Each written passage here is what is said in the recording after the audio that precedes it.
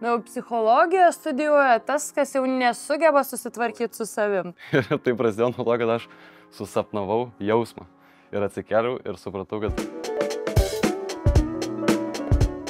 Labas! Ir vėl mes grįžom, pas jumis tik tai kitoje vietoje, kitoje lokacijoje.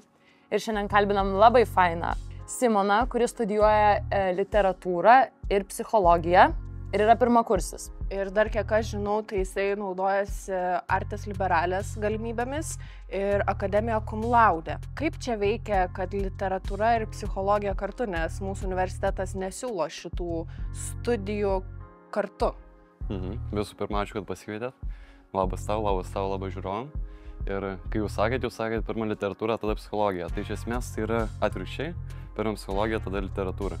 Mano psichologija yra pagrindinės bakalauro studijos, o literatūra yra gretutinės, bet su tokiu užsukimu, kad tai ne visai gretutinės yra akademija cum laude, o tai reiškia, kad aš gaunu privačią dėstytoją, susidarau savo programą, susidarau savo veiklas ir studijuoju labai laisvų modelių.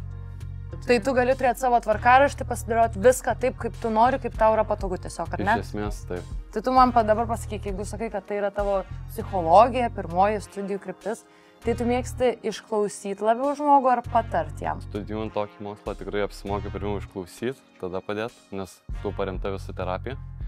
Bet iškart galiu išbėgti už akių ir apie jaunimo liniją papasakoti, nes su tų išklausimu man tikrai buvo toks reikalas, kad kai išmokau savanoriauti tas technikas taikyti, aš jas pritaikiau šiek tiek per daug. Aš jas pradėjau taikyti gyvenime ir tapau iš kalbėtojo klausytojo ir man sunkiai sekėsi, nes aš susitinku su žmogum ir klausau ir atrodo nebežinau, kada man pačiam kalbėti. Tai dabar mokausi kalbėti, nors klausimas yra tikrai labai didelė dalis. Aš manau, kad tikrai norėtum turėti kažkokią supergalę, kuri tau praverstų studijoms. Kokia ji būtų? Visų pirma, tai norėčiau, kad man nereikėtų miego ir maisto. Tiesiog studijuoji ir nepavargsti. Taigi miego taip smagu. Tai smagu ir tie sapnai geras būna, aš kartais užmiegu ir neužmiegu, bet vakare galvoju, ką šią naktį susapnuosiu.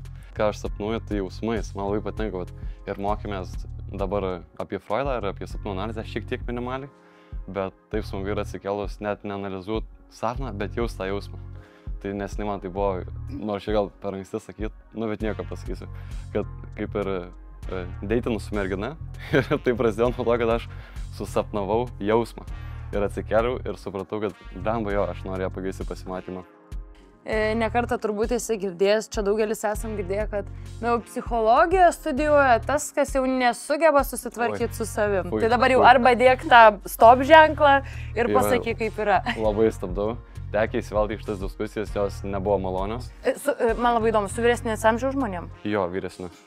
Čia va politika ir psichologija dvi temos. Tai toks tikrus tikriausias stereotipas. Aš nežinau, ar yra žmonės, kurie tik juokauja, kad taip sako, ar jie tikrai tiki, kad psichologiją studijuoja žmonės su problemom. Bet kaip man pačiam jaučiasi, tai atrodo, pasakai ir tu jau žinai kažką apie žmogų, ko jis dar pats nebūtinai žino. Dėl to šitas stereotipas žaidžia ir aš galų gale nemanau, kad tai yra tiesa. Ar yra kažkokia ta vadinamoji guilty pleasure daina, kurią pasileidai ir užsihypini, jau klausai N kartų, nors žinai, kad turėtum mokytis ar kažką kito veikti? Aš norėčiau turėti tą vieną dainą, nes daina yra 3 minutės, bet aš turiu albumus. Ir kai pasileidžiu albumus, tada jau būna, kad prasideda koncertas pas mane kambarį. Bet ta viena daina pavojinga būna. Mano mėgstamiausias yra Reincarnated.